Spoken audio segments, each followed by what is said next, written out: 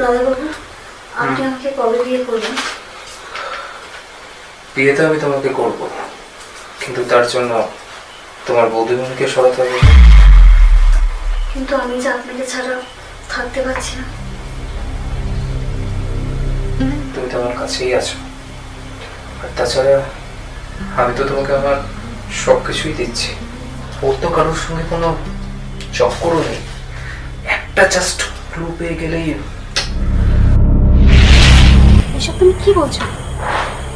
এটা হতেই পারে না। রোহিত শুধু আমাকেই ভালোবাসে।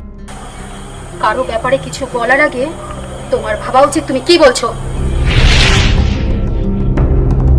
তাহলে কি আমাদের সম্পর্কটা এভাবেই? আরে বাবা, বিয়ে আমি তোমাকেই করব।